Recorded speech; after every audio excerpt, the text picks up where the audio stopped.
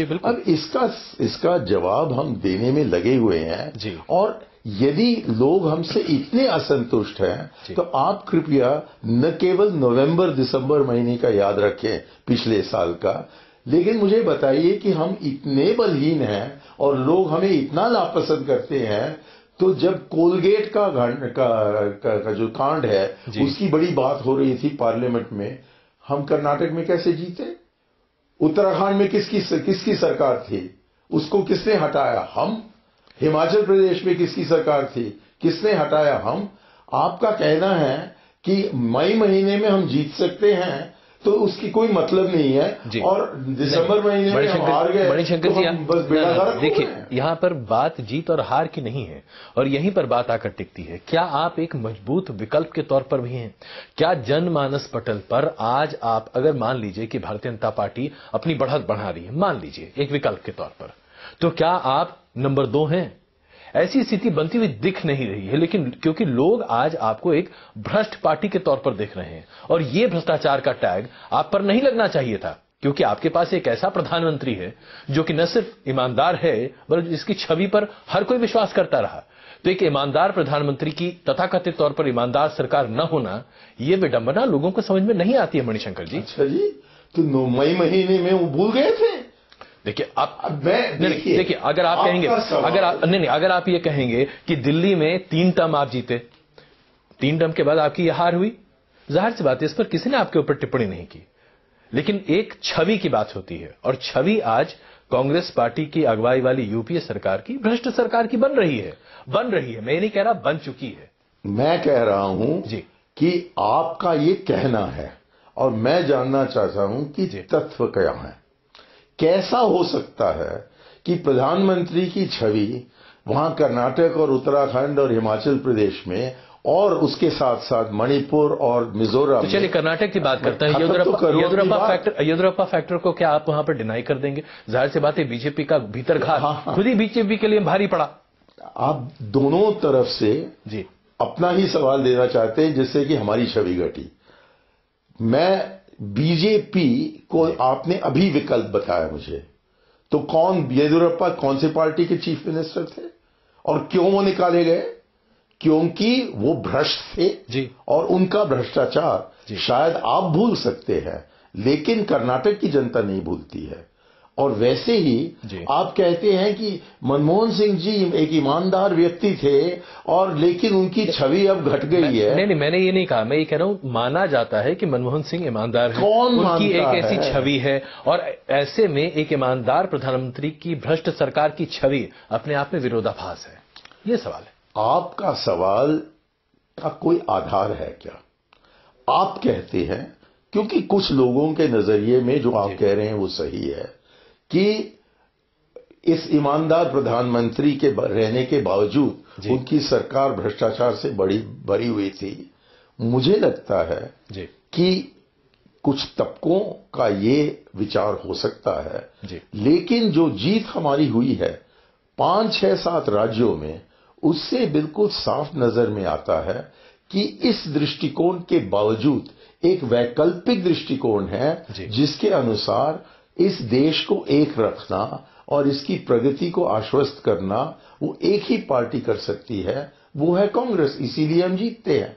अब कभी कभी समय समय पर हमारी हार हो जाती है चुनाव में, लेकिन क्योंकि बुनियादी तौर पर हमारी जो राष्ट्रीयता है उसको वो हमारी देश कबूल करती है, उस राष्ट्रीयता को लेकर, उस पहचान को लेकर, जिन मकसदों को हमारी पार्टी ने इस देश के सामने रखा, पूरे 20वीं सदी में हमारी ही party natural party of governance रही है। और इस सदी में ये जो 13 साल गुजर चुके हैं उनमें से 10 साल हमारा राज्य रहा है। बिल्कुल। और क्योंकि 2 राज्यों में हमें बीजेपी, 3 राज्यों में बीजेपी ने हमें हराया, और यहां दिल्ली में अचानक उभर कर चमत्कार जैसे ये एएपी की जीत हुई कि मैं मान लूं कि मैं भूल जाऊं अपने 128 साल का इतिहास और पिछले 10-12 दिन को ही हम अपने समझे। आप अपने इतिहास को बिल्कुल रखिए, इसीलिए तो हर कोई आज आपसे पूछ रहा है सवाल मणिशंकर जी। चलिए इस सवाल को थोड़ा सा और विस्तृत करते हैं। आपकी जीत के साथ ही आपकी एक टिप्पणी आई थी कि जो पंचायती राज का भाव कहीं ना कहीं आप दिखा रही है वो एक स्वागतपूर्ण स्तर है और आइडियोलॉजिकल स्तर पर अगर आपसे किसी तरह की मदद की जरूरत हो तो शायद आप उनकी मदद करने के लिए तैयार भी होंगे। कुछ ऐसी ही टिप्पणी जयराम रमेश की तरफ से भी आई थी कि कांग्रेस को आपसे सीखना चाहिए। राहुल गांधी ने दिल्ली में हार के बाद कहा कि हमें भी देखना चाहिए कि आखिरकार क्या वजह रही जिससे आप आगे आई और अगर हमें कुछ सीखने को मिलता है तो हमें सीखना चाहिए। तो क्या माना जा रहा है कि आपकी सोच जो दिल्ली को लेकर रही थी उसमें कुछ त्रुटियां रही हैं जिसे आप दूर करना चाहते हैं?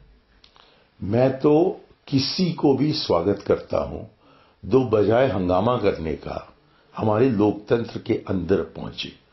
अरविंद केजरीवाल से जबकि एक टीवी का प्रोग्राम हो रहा था, वो बहुत अहम प्रोग्राम, आपके चैनल में नहीं किसी और चैनल में, तब मैंने अरविंद से कहा कि बजाय रामलीला ग्राउंड जाकर हंगामा करने का मैं आपसे अनुरोध करता हूं कि आप पॉलिटिक्स में आइए, आप राजनीति में आए तो तभी अंदर से आप देश की राजनीति को बदल सकते हैं।